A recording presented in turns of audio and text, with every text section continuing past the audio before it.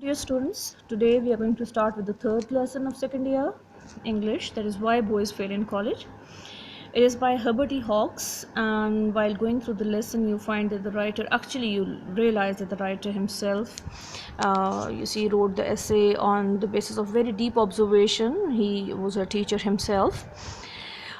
He starts saying that of the boys who don't reach their natural academic boundary during the course of their college career, that is, those who do not pass the exams, those who do not qualify, but who rather fail to get through, there are two main categories: those who try and those who do not try. Many boys attempt seriously to make good and really have the native ability to do so. Means they're not lacking in IQ, they're not lacking in ability, but they find it almost impossible to sit at a desk and concentrate on the tasks assigned, right? They are intelligent, but they lack concentration. There is the boy who sits down to study, opens his book, but before starting on his work says to himself, I think that I'd better sharpen my pencil, it needs badly. And when he has sharpened it, he observes that all his pencils need sharpening, and so on until his time is gone and nothing has been done. Such nervous habits are not easy to uproot. So girls, he has talked about lack of concentration and distraction. You see, such students, they lack concentration. If like all of you go back home, when you are when regular classes are going on, when you reach home and you revise, you very honestly sit in seclusion and give time to your studies and revise each and every lesson the way it was delivered that very day, there is no question that you don't understand it, there's no question that you don't learn it. But if such nervous habits are there, that the boy sits there and he fails to concentrate, the result is definitely he learns nothing. Such nervous habits are not easy to uproot, eradicate, to end up. And so far as I can see, they cannot be eradicated by anyone but the boy himself. Others can see the difficulty, but the boy must take himself by the collar. Take himself by the collar means he should be rather firm and strict to himself and make himself cultivate a poise. Poise is a very controlled manner. Smothering is again controlling. So he needs to cultivate a poise and calm that smothers the fidgets. Fidgeting is, girls, like keep moving your hands, right, or keep changing your body position, which actually shows that you're not concentrating. So until he does this, see, he says that unless such fidgeting habits are not controlled by the boy himself, he does not really try, though he thinks he is trying, and often spends more time in the presence of an open book than many a boy of equal ability who does good work. Means that the similar, suppose it is 1 hour, and you see a boy who actually is a very serious student and he concentrates on his studies. In that 1 hour, he's going to make maximum advantage of his time and he's going to learn. But this boy, he will spend 1 hour in the presence of an open book and he will end up learning nothing because he actually did not try to learn. Then he comes to the second category. He says a common cause of failure is a mistaken ambition for the boy on the part of his parents.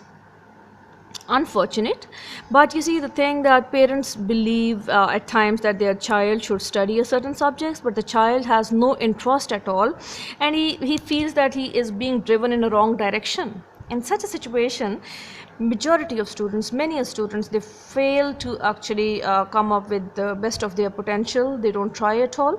Let's see what the writer says. He says a common cause of failure is a mistaken ambition for the boy on the part of his parents.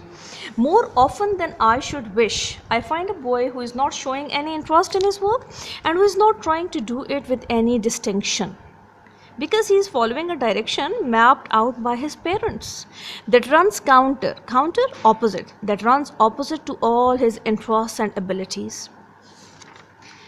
I have made a number of very warm enemies among the parents of college students by telling them that I am certain, I am sure that the good Lord never intended, never wanted, never planned their son to be a physician, a doctor, or a dentist, or an engineer.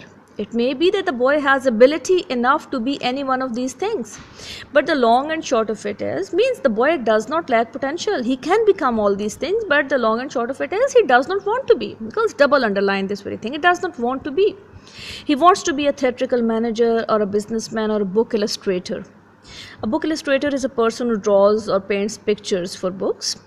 So it may be unreasonable, it may not appear logical, it may not appear sound for the boy to turn his back on a fine opening in the dental profession in favor of business. Means it does not seem logical that a boy can become a doctor and he can earn, definitely he can be in a better, well placed position in life, he can earn a lot of money as well, right? But he does not want to be a doctor, right? And he doesn't want to be a dental surgeon and things, and he wants to opt for business, in which perhaps according to his parents there is a lot of risk factor involved. But reason is logic, right? Here reason is logic, but reason cannot control all of these matters. He says that logic cannot control all of these matters. As well argued, he says it's simply like you start arguing with the person that he ought to like onions when he detests them, that you try to convince a person that he should like onions when he actually hates them. So he's never going to like them. By, you see, upon your saying, he's not going to like them. As a general thing, the boy wins out in such controversies. Controversies are arguments. He says that his observation is that generally the boys win in such, situations, and they're able to convince their parents that they should be allowed to go for the subjects of their own choice. And he should also be, right? And he should also, the writer says, he should also actually win. It is his right. He has the right to actually spend his life, lead his life according to his own desires. Also be it said, the parent whom I have offended, I have annoyed, I have made angry. He says that the parent whom I have offended usually comes around after a term of years and tells me that his son was right and that he is thankful to me for taking the part of the boy in the arguments. He says that many a times it has been a part of his experience that initially the parents were very angry with the writer, but then later on they were very happy, very pleased, and they came back and they thanked the writer, the teacher, for taking the part of for taking the side of the boy in the argument. He says, the writer says, girls underline these sentences, say, if such a boy fails, it is because he cannot bring himself to try to do the work that is distasteful to him and that he feels is leading him in the wrong direction. If the college is alive to its work of advice, if the college is alive, if the college realizes that it has to give the right advice to the students as well. So if the college is alive to this duty, such cases are caught before the failure is complete. So allowing the students to go for the subjects of their choice definitely makes them come up with much better performance. Then in the next paragraph, the writer says that another type of boy who does not try is the very bright boy. Very important, girls, underline these initial 5 lines, do underline them. Another type of boy who does not try is the very bright boy who has always done his schoolwork without effort and who has never learned what real application is. He supposes that he can float through college with as little effort as he did through schools. Means he is intelligent, he is a bright boy actually, and school studies have not been a problem for him at all. But unfortunately, when it comes to college, he underestimates the college studies. He thinks that he can, with that same little effort, he can excel in college as well. And unfortunately, this becomes the reason of his failure. The writer says, I sometimes think that the bright boy who has always depended on his ability to get things quickly is the most pitiable object among all our failing students. Why? Because it is almost, it is a tragedy to see all of his keenness going to waste and to feel that the entire opportunity which the college has to offer is passed up, is not utilized by the student because of a too receptive mind. Receptive mind is a mind which is actually willing to consider and accept new ideas and suggestions. Over here, for a bright mind, the word is being used.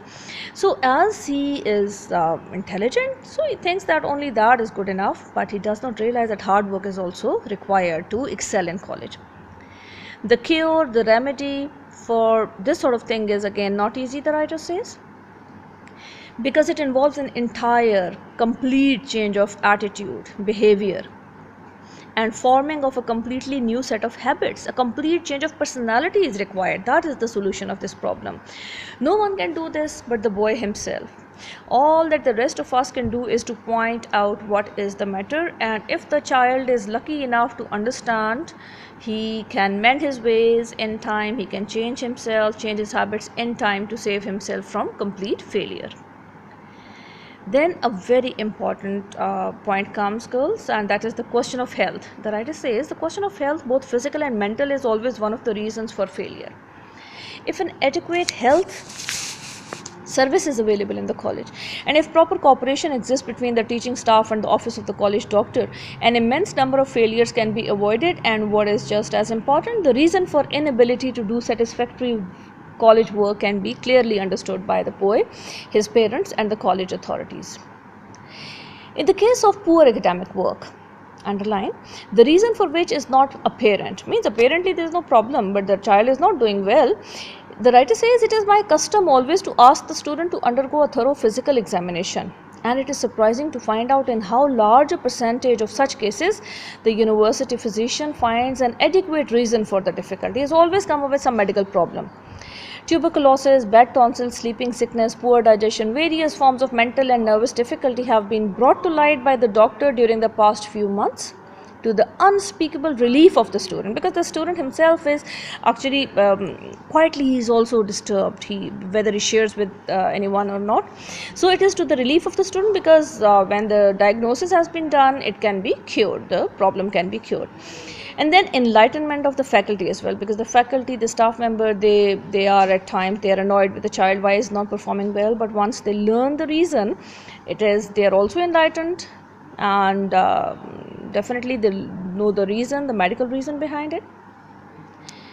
Occasionally one meets an old-fashioned person like the father who told me a few months ago that although he had arranged the university, we had arranged to have his son's tonsils removed without expense, he would not consent, he would not allow the operation. He asserted that God put those tonsils in his son's throat for some good purpose, and that he would not stand for their removal, he would not allow their removal. Now girls, the students of pre-medical sections, they know that you see previously it was thought that tonsils were definitely completely they could be removed, it did not cause any harm to the body, but now the research is different, but somehow if they become so very dangerous, it's better to get rid of them. Still this is what is thought, this is what is considered. Now he says that since the boy was absorbing too much poison to permit proper application to his college work, we had to ask him to go home. Of course, such cases are rare, but it is necessary to keep constantly in mind the simple fact that there is no substitute for health, and that however such a man may know, it is not of much value unless he possesses the physical vigor, physical energy to bring it to bear, however such a man may know, it is not of much value unless he possesses physical vigor, that is physical energy, to bring it to bear, that is to apply on the world's problems. Means what is the use of knowledge if your health is not good enough to use it to benefit yourself as well as others? Then the writer says, nowadays when most ambitious boys want to go to college, the financial pressure is a very serious one. Now girls, over here you see a difference. Your parents here in our part of world, in our country, you are very fortunate that your parents take a lot of responsibility. They support you thoroughly, and their parents who even support their children for higher education as well. But unfortunately, we are talking about West. The writer says, a few parents take the position that the boy should earn his way through college for the good of his soul. Means that he should be allowed to go to college only because he wants to be educated. Means they don't take the responsibility of the financial responsibility. In fact, as a matter of fact, nobody ought to be compelled to earn his entire way through college if it can in any way be avoided. Not only, the writer says, that no child, no student should be compelled, should be forced to go to college at completely his own responsibility, and he himself has to arrange for all the finances. The writer says that not only does he get a mighty poor living by the process, means what a student is going to earn. He's going to get an odd job, a tough job, and it's going to consume a lot of his time. Then he has to give time to his university, his college, and then he'll be left with a very little time to actually prepare his assignments and lessons, and means the quality of education as he should get will not be there, and it will be disturbed. Not only does he get a mighty poor living by the process, but a mighty poor education as well. If the boy ought to go to college at all, he ought to be, not only does he get a mighty poor living by the process, but a mighty poor education as well. If the boy ought to go to college at all, he ought to be trusted to make good use of reasonable contribution from his parents towards his expenses. The writer says that if the parents say that their son should go to college, they should trust him as well. If they are supporting him, they should trust that the child is not going to waste that money, and he is actually going to work hard. Any parent owes this much to his son, means owes this much, it is his responsibility. He says that any parent owes this much to his son, that this much is the responsibility of the parents towards the children. The boy did not ask his parents to bring him into the world. They are responsible for his being here, and consequently, as a result, they have the responsibility for giving him the best equipment possible to meet the world's problems.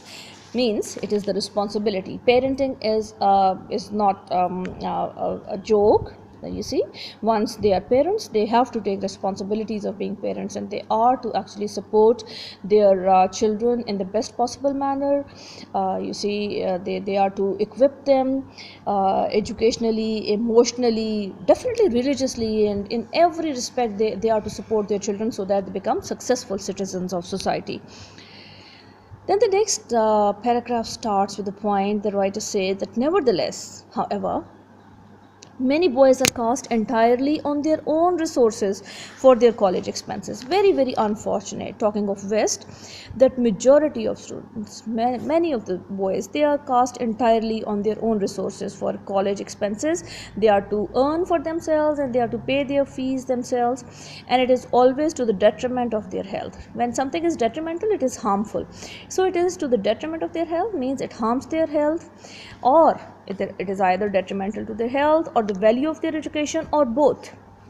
Any boy can earn a part of his expenses without hurting himself. Means a little job of like 1 2 3 hours, maybe at like maximum 3 hours, can be managed by the boy, and in my experience many boys are willing to earn more than their share in order to save the burden of their parents. The writer says that it's not that the children, they do not realize the financial burdens of the parents. He says that if there is a bond of trust, and if the parents are patronizing, they actually take the responsibility, but they share with they should actually very comfortably, they should share with each other as to what the restraints of the family are. And in such situation, he says that boys are ready to pay their part of the share, and even more than that.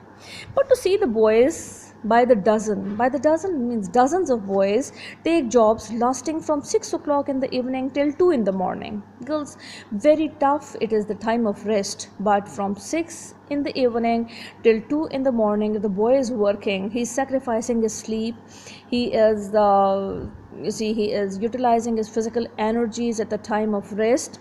So what is going to be his health like? And then 6 days a week, to see boys undergoing transfusion of blood. Transfusion of blood means they are found selling their blood to earn money for their food and books, is a heart-rending spectacle. Heart-rending, it's a very, very sad spectacle, sad scene. Sad spectacle is basically sight, so it's a very sad situation to see.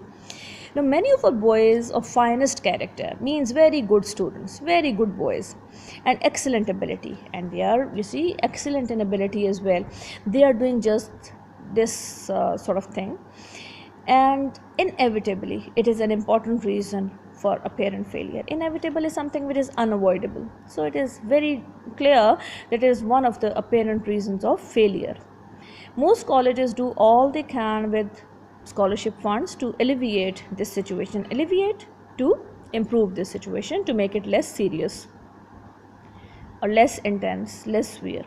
So most of the colleges, if they are having the scholarship funds, they try their level best to help such students. But even when everything possible is done, every dean who knows his students can remember many cases of boys who have been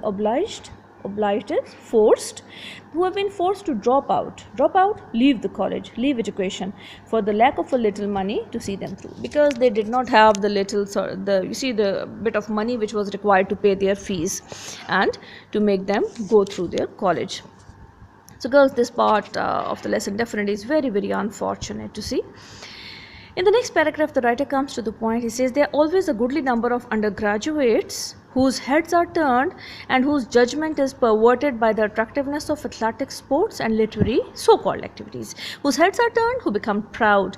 So many students, their attention is diverted to other attractions of extracurricular activities. They're a good part of they are definitely a part of curriculum in a way, but too much focus on them at the cost of studies definitely is wrong. So he says that such like boys, all of these features of college lives, they have their place and should receive the support of those students who are interested in them. In my experience, the awakening of a clear judgment as to what the college is for is not as difficult as is often supposed. Means it's not difficult to understand. Basically, college is for studies, not enjoyment. So basic purpose to go to college is to study. So if someone believes that he is going to college and he has complete rights to enjoy himself only, definitely is not going to end up with something positive. If a boy, over here the writer goes rather very firm. He says if a boy is too much interested in these sideshows, he ought to get out of the main tent and become professional. He says that okay, fine, if he's too much interested, he should not waste the time of then college. He should leave the college, he should go and become professional. But he says, but most of them really are not that interested, and if reasoned with by a friend who knows youth and understands the importance of college opportunity, they will not allow themselves to be swept off their feet by athletics. He says that if someone who understands how to communicate with young people, how to convince them, if such a person makes them realize that they are not prioritizing the things in a positive manner, they need to focus more on studies. That is important. That is going to be of value in the long run. Students do understand. I don't think that this sort of thing is as serious a reason of failure as do some of the critics of our colleges, who see things from the outside and at a long range. Some like critics of colleges, those who are against the very idea of boys going to colleges, they criticize that over there boys they simply waste their time and learn nothing. He says that he does not actually agree to their criticism. He says that they see the things they are seeing from the outside, means they actually don't understand, and at a long range as well, means their opinions are actually biased. Then the writer talks about a few lazy bluffers who drift into college and usually drift out again. Most of them have got no serious interest in life, and some of them never will. It is usually wise to let them retire. Now he says that these students, they are not serious at all. So their treatment, he suggests, is very firm, very in fact strict as well, but you find it is logical. He says it is wise to let them retire to the cold world which is not going to be sympathetic to them. So they should be allowed to retire to the cold world for a reason, and the reason is that they are going to learn through experience, and they'll find out by experience how much demand there is for a lazy bluffer. Right? Even in a simple job of a waiter, if someone is a lazy bluffer, he'll not be given even that bit of job. So they have to learn that there's no place for lazy bluffers in life, and one has to prove one's potential through hard work. Sometimes they learn their lesson and return to do first-rate work, but the burden of proof is always on them to show that they mean business. So once they have been actually titled as lazy bluffers, if they learn their lesson and come back, they have to prove through their conduct that they are now serious. They mean business, means now they are serious. because they have had that bad reputation in the past. Now they are to prove that they are now serious, they are changed people. Then the writer concludes by saying that on the whole, the problem that the college dean faces calls for is a phrasal verb, girls. It means demands almost the same diagnostic ability. Diagnosis is done by a doctor of a disease, right, on the basis of test. So diagnostic ability, that similarly a dean has to see what is the reason of the problem, and he has to diagnose that problem, and he has to eradicate, he has to end up that problem. So his responsibility is that, like that of a physician, doctors, like a doctor's ability of diagnosis, similar ability is required of a college dean. He is helping the young men under him to see life steadily and see it whole, because his responsibility is really serious and great, because he has been given the responsibility of not only teaching the young men rather, but also making them realize the needs of the practical life, and the fact that if they don't put in the best of their efforts, if they don't develop themselves into good personalities, they are not going to be successful in life. If he can save boys from failure through foolishness, sickness, and sin. Now, sin, it can be like some boys get indulged in negative activities as well. So he says that if the dean saves the boys from failure, either from because of foolishness, their lack of attention to the studies, sickness, medical problems, and that is some like negative activities they may get indulged in. So if he is doing this, he is then doing his part of the job. Because this lesson, first of all, the thing that the title, why boys fail in college, for our comprehension, after having gone through the topic, we see that it is we are going to take it as why students fail in college. It applies to both boys and girls. So you see all these categories made by the writer, all the problems he has talked about, they give you an understanding of how important it is to focus on studies and how you can focus, and what is the most of all what is required is self-regulation, discipline. Girls, with this we come to the end of this lesson, and you have got the notes with you. Are you going to learn the question answers, the new words, their meanings? They have been given to you side by side during the explanation, so still if there is some problem, you can intimate. Thank you.